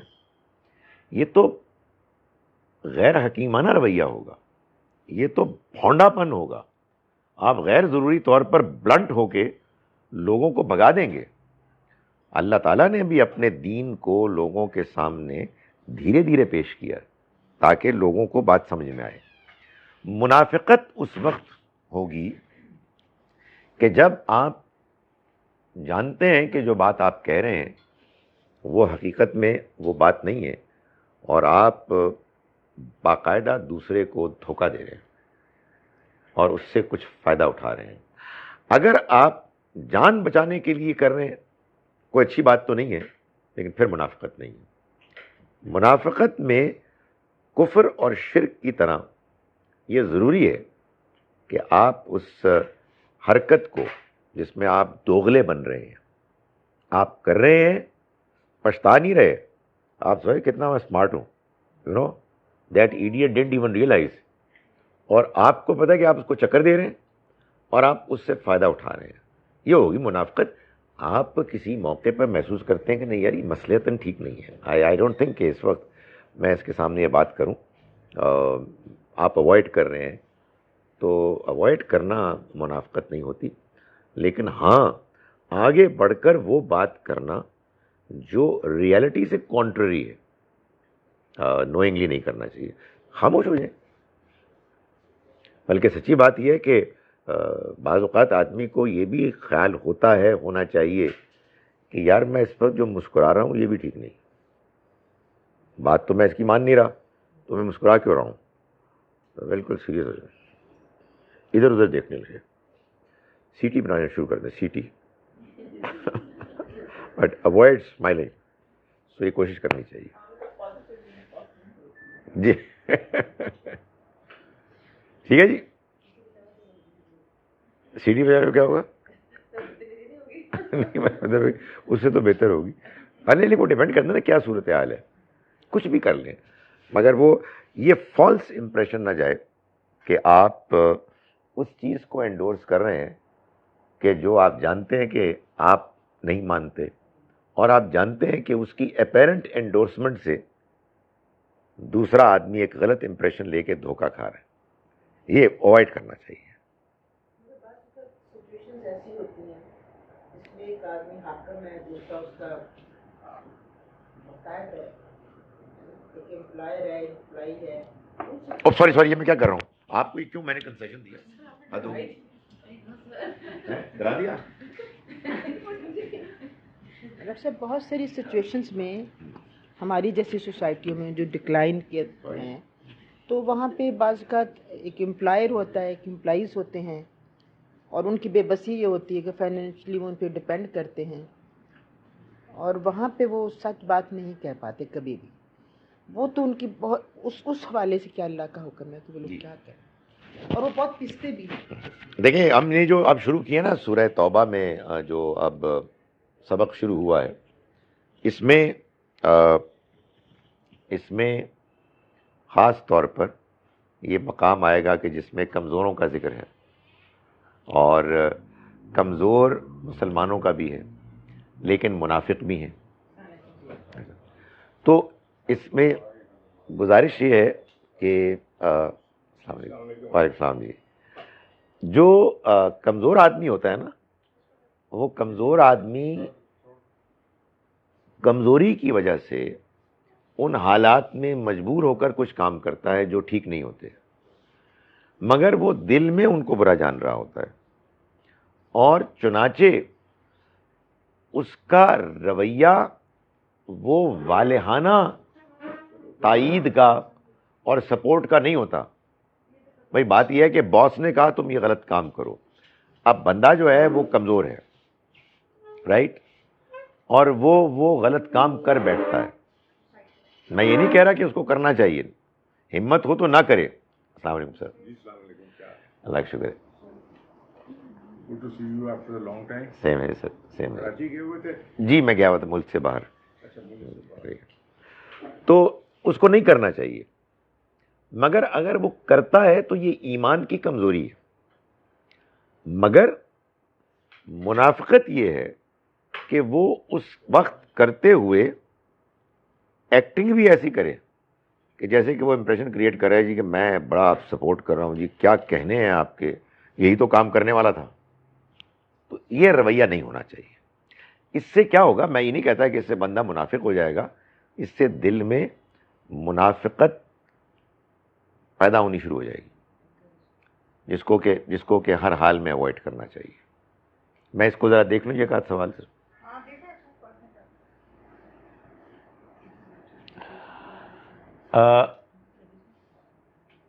Isn't Allah the best judge of who is a kafir, munafiq and mushrik? Why do we put labels on others? نہیں میں نے تو نہیں ڈالے, ہم تو نہیں ڈال سکتے. یہ تو اصل میں ہم اپنے لیے بات کر رہے ہیں, کسی اور کو تو میں نے کہا بھی نہیں ہے. میں تو یہ کہہ رہا ہوں کہ ایک ہوتا ہے کافر, ایک ہوتا ہے مشرک, اور ایک ہوتا ہے منافق. کافر اور منافق تو نہیں ہم کہہ سکتے, لیکن مشرک تو اگر کہہ رہا ہے بندہ کہ بھائی خدا اللہ کے علاوہ اور بھی ہیں اور میں اسی کو ٹھیک سمجھتا ہوں, یعنی یہی اللہ کا دین ہے, تو پھر تو اس نے اپنے آپ کو اس کیٹیگری میں ڈال دیا نا. Many of our servants lie through their teeth. دیکھیں کسی اور کی بات نہ کریں. یہ جو ہمارے سرونٹس ہوتے ہیں نا, یہ ہمارے بہت ہمدردی کے مستحق ہیں. اس میں تو مجھے ڈر لگتا ہے کہ کہیں ہم نہ پکڑے جائیں. وجہ یہ ہے کہ ہم یہ سوچ بھی نہیں سکتے کہ ہمارے اور ان کے درمیان جو اکنامک ڈفرنس ہے کتنا زیادہ ہے. اتنا زیادہ ہے کہ چونکہ ہم نے کبھی وہ تجربہ ہی نہیں کیا, ہمیں معلوم ہی نہیں ہے. میرے گھر میں صبح و شام کھانے کے لیے بھی کچھ نہ ہو, یا بس ایسے ہی ہو کہ بس گزارا ہو جائے, بھوک بھی پوری نہ ہو, اور میں جس گھر میں جا کے کام کرتی ہوں وہاں محل ہے اور وارے نیارے ہیں, تو میں یہ نہیں کہہ رہا کہ وہ جھوٹ بولے تو ان کے لیے جائز نہیں ہے, لیکن ہمیں اس چیز کا ضرور خیال رکھنا چاہیے کہ ہم ان کے ساتھ ایسا برتاؤ کریں, ان کی ایسی تربیت کریں, ان کے لیے ایسے حالات پیدا کریں کہ وہ یہ کرنے پر مجبور نہ ہوں. میں ایک ایسی, چونکہ آج صبح یہ واقعہ ہوا ہے تو میں کسی اور وجہ سے نہیں اس کو بیان کر رہا ہوں. میرے یہاں اس میں جو ہے you should feed them what you eat yourself. جی یہ آتا ہے میرا خیال ہے. جی اچھا, تو یہ میرا نہیں خیال ہم لوگ کرتے ہیں ایسے. شاید ہی کوئی 1-2% ہوئے گا جو کرے, تو ان کی نظر بھی بڑی سخت لگنی چاہیے اور لگتی ہے. تو کیا کرنا چاہیے؟ ان کو بھی وہی دے. کوئی دیں, ٹھیک ہے. دیکھیں, ظاہر ہے ہم اللہ کے دین کو سمجھتے ہیں تو اس میں بعض اوقات سمجھنے میں اختلاف تو ہو سکتا ہے. میرا یہ خیال ہے کہ نبی صلی اللہ علیہ وسلم کی جو اسٹیٹمنٹ ہے نا, یہ غلاموں سے متعلق ہے. غلام اصل میں گھروں میں ایسے ہوتے تھے کہ وہ باقاعدہ خرید لیے جاتے تھے, ان کی کوئی تنخواہیں نہیں ہوتی تھی. تو نبی صلی اللہ علیہ وسلم نے ان کا سٹیٹس جو بڑھایا, اس میں ایک جو آپ نے اقدام کیا, میجر اڈاپٹ کیا, وہ یہ تھا کہ تم ان کو رکھ رہے ہو نا اپنے پاس, جب تک کہ اللہ نے ان کو آزاد کرنے کا حکم نہ دے دیا, تو اس وقت تک تمہیں اب جو تمہارا اسٹینڈرڈ آف لیونگ ہے وہ ہی نہیں کا ہوگا. میں یہ نہیں, ہاں میں یہ نہیں, اب میں آتا ہوں سرونٹس پہ. میں یہ نہیں کہہ رہا کہ سرونٹس کا معاملہ بالکل ایسا نہیں ہے, لیکن بہرحال وہ نسبتاً مختلف ہے. ان کے ٹائمنگز بھی ہوتے ہیں, ان کی چھٹیاں بھی ہوتی ہیں, ان کی سیلری بھی ہوتی ہے, مگر بہت کم ہوتے ہیں, بہت کم ہوتی ہے. اس کو میں یہ کہہ رہا ہوں وری کرنا چاہیے. تو میں یہ کہہ رہا تھا کہ ایسے ہی, حالانکہ اس میں میرا کوئی کمال نہیں, میری نیت پہلے ہی تھی کہ میرے گھر میں کسی نے کہیں کوئی شادی ہوئی تو ڈھیروں مٹھائی بھیج دی, کہ ان کو کافی ڈبے پڑے ہوئے تھے. And it was in my mind کہ وہ جو خاتون کام کرنے آتی ہیں میں کوئی ایک آدھ ان کو بھی دوں گا. But I was so pleased کہ اس نے آگے کہا کہ بھائی جان میں لے لوں. بھائی جان میں لے لوں ان میں سے, میں نے کہا لے لو. سو یو نو مطلب یہ کہ اللہ کرے کہ ادروائز بھی وہ کانفیڈنٹ ہوتی ہو. آئی ڈونٹ تھنک سو, میرا نہیں خیال ہے کہ میں نے کوئی ایسا ایٹماسفیئر رکھا ہوا ہے. مگر کہنے کا مقصد یہ ہے کہ اگر وہ اتنے کانفیڈنٹ ہوں کہ وہ کہیں کہ باجی یہ جو آپ کے یہاں قیمہ بنا ہوا ہے مجھے بھوک لگی ہے کچھ میں کھا لوں, اور آپ بجائے اس کے کہیں کہ شرم نہیں آتی تم کو بدتمیز, آپ کہیں تمہارا ہی تو ہے, تو پھر وہ جھوٹ نہیں بولیں گے انشاءاللہ, جھوٹ نہیں بولیں گے. ایبسلیوٹلی. دیکھیں آپ میری بات نہیں سمجھے بھائی, آپ نے نہیں میں سرونٹ کی میں اسی کی بات کر رہا ہوں, اب ان کی بھی بات کر رہا ہوں, ہمیں یہی کرنا چاہیے. میں تو ایک اور بات سمجھا رہا ہوں, میں یہ سمجھا رہا ہوں کہ جناب آپ کے پیٹ میں بھوک سے چوہے دوڑ رہے ہیں, وہ جو ہمارے یہاں ایک مثال ہے, اور بڑا زبردست کھانا ہے جو وہ پکا رہے ہیں آپ کے لیے اور آپ کو سرو کر رہے ہیں, اور آپ کی طرف سے ان کو اجازت نہیں ہے, تو مینو دسو چوری نہ کرن تے پھر کی کرن. میرا مطلب ہے کہ یار آپ سے کیا ایکسپیکٹ کرتے ہیں یار, آپ ان کو ولی اللہ بنانا چاہتے ہیں.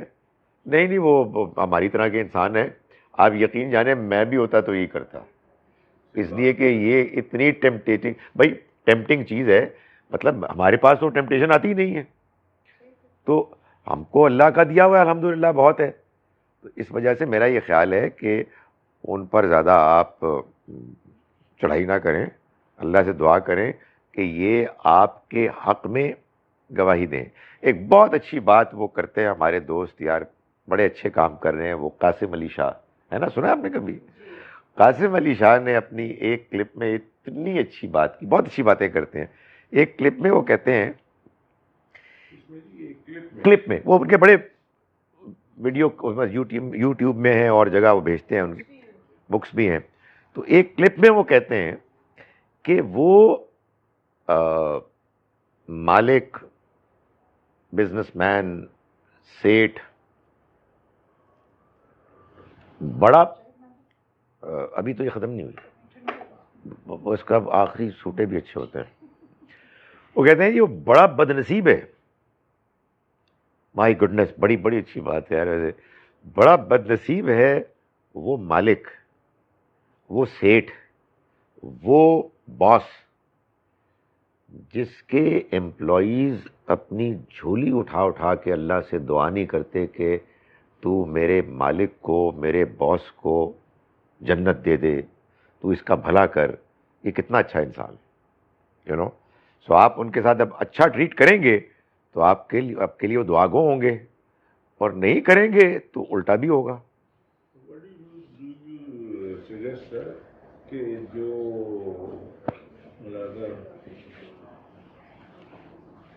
بڑی غلطیاں بھی کرتے ہیں, روڈ بھی ہو جاتا ہے, پرانا بندہ ہے, کیا کریں اس کے ساتھ؟ سر یہ کہ وہ پرانا بھی ہے اور یہ سب کچھ کرتا ہے, درگزر. میں بتاتا ہوں, آپ کو بہت نقصان ہوا ہے اور آئندہ بھی اس کا خطرہ ہے, تو آپ اس کو درگزر بھی کریں اور فارغ بھی کر دیں. فارغ کر دیں, ہاں فارغ کر دیں, فارغ کرنا آپ کا حق ہے. یعنی تو وہی تو بہت ہی اچھی بات ہے, یہ تو بہت ہی اچھی. میں تو یہ کہہ رہا ہوں, اس لیے کہہ رہا ہوں کہ آپ کو آئندہ بھی بہت آپ کو امکان ہے. یا تو فیصلہ کریں کہ آپ نے اس کو زندگی بھر برداشت کرنا, یہ بہت بڑی نیکی ہے, اس کے نتیجے میں اللہ تعالیٰ آپ کو معاف کرے گا. یار دیکھیں کتنی بڑی بات ہے. میں یہ نہیں کہہ رہا کہ سارے خزانے اپنے جو ہے نا سیف اور بینک سارے ان کے سامنے کھول دیں, نہیں, take care of your positions, لیکن ان کو ان کی ضرورت پوری کرنے دیں اور ان کو کم سے کم موقع فراہم کریں. اور جو رپورٹ آئے, میں یہ بھی نہیں کہہ رہا ان کو نصیحت نہ کریں, ڈانٹ ڈپٹ بھی کر دیں, یہ بہت غلط بات ہے, تم نے مانگنا تھا مجھ سے مانگ لیتے, اس طرح کی بات کریں, but give them a fair chance. یہ آخری بات میں یہاں ان کے سوال کا جواب دے رہا ہوں کہ یہ فرماتی ہیں جی میں واپس آئی گھر تو میں نے دیکھا کہ بہت سی چیزیں میری چوری ہو چکی ہیں اور they are paid with well but they steal. Is this acceptable? دیکھیں پیڈ ویل آپ کہہ رہی ہیں, کیا ان کو 50,000 روپے ماہانہ ملتے ہیں؟ کیا ملتا ہے وہ سر 15,000. جو میں تو سچی بات ہے ہمارے ایک سنیں میری, ٹھیک ہے لیکن اس کی فیملی میں تو دیکھیں نا 30 کے ساتھ. سو اچھی بات ہے, دیٹس ویری گڈ. میں جو بات کہہ رہا ہوں وہ یہ ہے کہ ہمت ہے تو آپ ان کو بلائیں اور ان سے کہیں جی کہ یہ میں واپس آئی ہوں, کافی عرصے میں باہر رہی ہوں, گھر میں چوریاں ہوئی ہیں, میں آگے کوئی انویسٹیگیشن نہیں کرا رہی, میں نے تمہیں معاف کیا. اگر ہمت ہے آئندہ سے یہ نہ کرنا. جو ضرورت ہے تم مجھے بتاؤ, میرے لیے ممکن ہوا تو میں کر دوں گی, لیکن چوری کرنے سے 2 باتیں کہیں ان کو, 2 باتیں. چوری کرنے سے تم جو مال چوری کر کے اپنے گھر لے جاؤ گے, خدا کی قسم تمہارے وہ کام نہیں آئے گا. اور دوسرا, تم اللہ کے ہاں آخرت میں برباد ہو جاؤ گے. تو تمہیں فائدہ کیا ہو رہا ہے؟ سمجھائیں, ڈانٹے نہیں, سمجھائیں. اور دوسری بات, جی ڈانٹے نہیں, سمجھائیں. میں ان کو کہہ رہا ہوں, ٹھیک ہے نا, یہ بات ہے کیس ٹو کیس بیسس پہ. یہ ہر گھر کی کہانی ہے جی کہ servants are not paid well, they are not fed well as we are. تو یہ پہلے یہ آیا چینج slaves کا ہے, but اب ultimately you are coming around to the same thing. It's not slaves, it's servants also who should be treated well. جی یہی آپ نے فرمایا نا. At the same time, G society میں رہ یہ رہے پکڑ ہیں, society ہے. کا جو decline ہے, اب ادھر جائے اس تنزلی کا شکار ہے, چھوڑیں چھوڑیں نا, وہ سارے بیک گراؤنڈ کو سامنے رکھنا چاہیے. یہ کہاں لگانا تھا؟ جی ہم ایز اے سوسائٹی چیزوں کو ٹریٹ کر سکتے ہیں, not as a sir individual. یہ چلے گا یہ مائک ہے, آواز میرا تو اس حوالے سے یہ ایک ناقص رائے یہ ہے کہ جب کوئی سوسائٹی, جب کوئی معاشرہ کولیکٹیولی کسی تنزل کا شکار ہوتا ہے کسی بھی سٹیج پہ, تو اس میں سوسائٹی کے ہر فرد, ہر لیول پہ لوگ سفر کرتے ہیں, مشکلات کا شکار ہوتے ہیں. اس وقت ہم as a society, as a Pakistani, ہم ایک مشکل میں ہیں. اس میں مشکلات سبھی کی ہیں. کرپشن ہماری سوسائٹی میں بہت ہے. ہم نے 70 سال میں اس پاکستان کو بالکل تنزلی کے آخری مقام تک پہنچا دیا ہے. اس میں انسانوں کی سفرنگ ہے, اس میں کسی انڈیویجول کی نہیں ہے, پوری سوسائٹی کی ہے. تو اگر جب ہم علاج کی بات کرتے ہیں, جب ہم لوگوں کے ساتھ کرتے ہیں کہ ہم ان کے ساتھ کیا کریں, تو ہم کبھی بھی کامیاب نہیں ہو سکتے جب ہم سوسائٹی کو ایز اے اپنے بیک گراؤنڈ میں نہیں لیتے کہ ہم ایز اے سوسائٹی کس طرح سے موو کر رہے ہیں. اللہ کا شکر یہ ہے, میں اپنے طور پر کوشش کرتی ہوں کہ میں اپنے یہاں لوگوں کو ناخوش نہ کروں, اور ان سے ریکویسٹ کرتی ہوں ہمیشہ کہ میں اتنا افورڈ کر سکتی ہوں, میں اتنا دے سکتی ہوں, اور جب آپ کو اس سے بہتر ذرائع ملے تو مجھے بتا کر چلے جائیے گا, اور میں آپ کے لیے دعا گو ہوں گی. اور اگر آپ میرے لیے بھی کوئی بندے کا بندوبست کر دیں تو اس سے بھی زیادہ دعا گو ہوں گی. مگر نہ میں بدتمیزی کروں گی, نہ میں بدتمیزی سہوں گی, اور ان کو آپ سے مخاطب کرتی ہوں, کبھی تم نے کہا کسی صورت میں. تو مجھے بہت کم مشکلات آج بھی پیش آتی ہیں. تو کہیں نہ کہیں ہمیں اپنے آپ کو چینج کرنے کی ضرورت ہے, کہیں نہ کہیں ایز اے سوسائٹی ہمیں اپنے آپ کو دیکھنے کی ضرورت ہے. تو میرا ڈاکٹر صاحب سے یہی سوال بس میرا یہی ہے کہ اس تناظر میں دیکھیے کہ سوسائٹی پچھلے 70-72 سال میں ہم کہاں پہ پہنچے. ایز اے مسلم سوسائٹی, ہم مسلم ہیں نا, پاکستان ایک مسلم دنیا میں ایک بہت بڑی چیز ہے. تو کہیں نہ کہیں تو ہم لوگوں سے, ہمارے حکمرانوں سے, ہمارے ان لوگوں سے جو جن کا رول تھا کہ سوسائٹی کی ایک ذمہ داری تھی حکمرانوں کی, انہوں نے اپنا رول نہیں پلے کیا, اور ہم نے ایز اے سوسائٹی بھی ان کو اپنے اوپر حکمران رکھا. اور اللہ کا یہ فرمان قرآن میں کہ جس طرح کے لوگ ہوتے ہیں اسی طرح, جس طرح کے لوگ ہوتے ہیں اسی طرح کے حکمران ان پہ مسلط کر دیے جاتے ہیں. میں بھی کچھ ہمارے کرداروں میں کچھ کمی ہے, ہمیں اپنے کردار کو شاید دیکھنے کی ضرورت ہے. میری ہمبل سی رائے ہے بس اس حوالے سے. اب آپ مجھے بتائیے کہ آپ کیا, مطلب میں آپ کی رائے جاننا چاہتی ہوں. تھینک یو سو مچ. میں اس طرح کی اصل میں بحث میں کبھی پڑھتا نہیں, لیکن گزارش یہ ہے کہ ماضی کو چھوڑ دیں, حال میں آ جائیں, کیونکہ جو لوگ حال میں کچھ نہیں کر سکتے وہ ماضی کو بلیم کرتے ہیں. میں آپ کی بات نہیں کر رہا, آپ تو بہت کچھ کر رہی ہیں, لیکن آپ کے پاس موقع آیا ہے, آپ پچھلوں کی بات کر رہے ہیں. بھائی آپ اپنا کام کریں نا. What is your contribution, what difference are you making. گزارش یہ ہے کہ ہم کو سوسائٹی کو امپروو کرنا ہے. یس, سوسائٹی کو امپروو کون کرے گا؟ ظاہر ہے کہ ایک بڑا کمپلیکس ایک پروسیس ہے. اس میں ایک میری کنٹریبیوشن ہے, ایک آپ کی, وہ ہمیں کرنی چاہیے. اس کے لیے ہم وری کریں, کنسرنڈ ہوں اور زیادہ سے زیادہ کنٹریبیوٹ کریں.